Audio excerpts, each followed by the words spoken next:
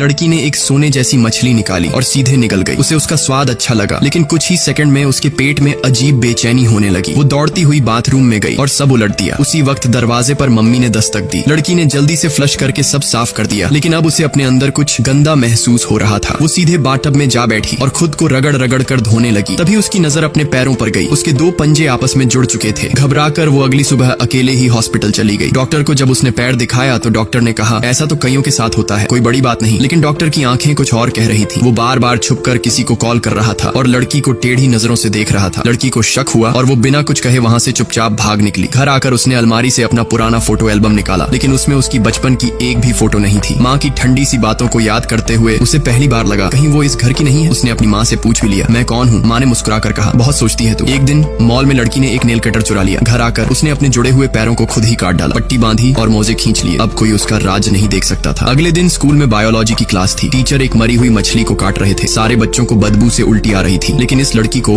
उस मछली को खाने का मन कर रहा था। क्लास खत्म होते ही वो भागी और मछली पर टूट पड़ी। पर तभी एक लड़की ने उसे देख लिया। उसने तुरंत जाकर उसे पकड़ लिया और दीवार से टिकाकर कहा, अगर किसी को बताया तो अच्छा नहीं होगा। बाद में लड़की को खुद पर गुस्सा आया। उसे समझ नहीं आ रहा था उसके साथ ये सब हो क्या रहा है। घर आकर उसने नहाने की सोची। जैसे ही उसने अपनी शर्ट उठाई, उसके पेट के पास गलफड़ गिल्स उगाए थे और टांगों पर फिश स्केल्स चमक रही थी। वो अब पूरी तरह जलपरी बन रही थी। हिम्मत टूट गई। वो रसोई में गई और चुपचाप चाकू उठा लिया, लेकिन अगली सुबह वो फिर से जिंदा थी। उसके अंदर अब हीलिंग पावर भी थी। वो अब चल भी नहीं पा रही थी। घिसटते हुए बाथरूम पहुंची और जैसे ही उसने पानी छुआ, उसके चेहरे पर शांति आ गई। कुछ घंटों में बाथरूम पानी से भर गया और वो उसमें तैर रही थी। थोड़ी देर बाद उसने अपने सबसे अच्छे दोस्त को फोन किया और एक आखिरी मदद मांगी। दोस्त उसे समुद्र किनारे लेकर गया। वो दोनों गले लगे। फिर लड़की ने धीरे धीरे पानी की ओर रेंगना शुरू किया और फिर समंदर ने उसे अपना लिया। अब वो आजाद थी, क्योंकि समुद्र ही उसका सचमुच का घर था। तो अब सवाल ये है, अगर आपको किसी जानवर में बदलने का मौका मिले तो आप क्या बनना चाहेंगे? कमेंट करके बताइए।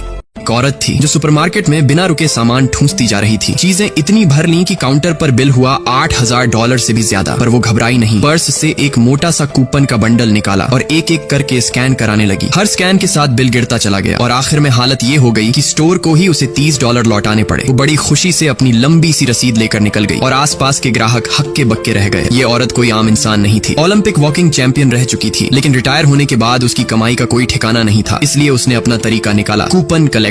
हर रोज सस्ते दामों पर ढेरों अखबार खरीदती और बैठकर एक एक कर कूपन काटती। यहाँ तक कि कभी कभी कूड़ेदान तक में हाथ डाल देती। अगर कहीं से एक टूथपेस्ट का कूपन मिल जाए तो उसका घर सामान से भर गया। एक दिन उसने सीरियल का पैकेट खोला और छकने लगी, पर स्वाद कुछ अजीब लगा। जैसे ही उसने एक्सपायरी डेट देखी, भागकर कंप्यूटर खोला और कंपनी को शिकायत भेज दी। और हैरानी की बात, उसी दिन दोपहर में ब्रांड की तरफ से माफी का खत और एक फ्री वाउचर भी आ गया। उसने तुरंत स्टोर जाकर उस वाउचर से अपना पसंदीदा स्नैक ले लिया। काउंटर पर कैशियर ने हंसते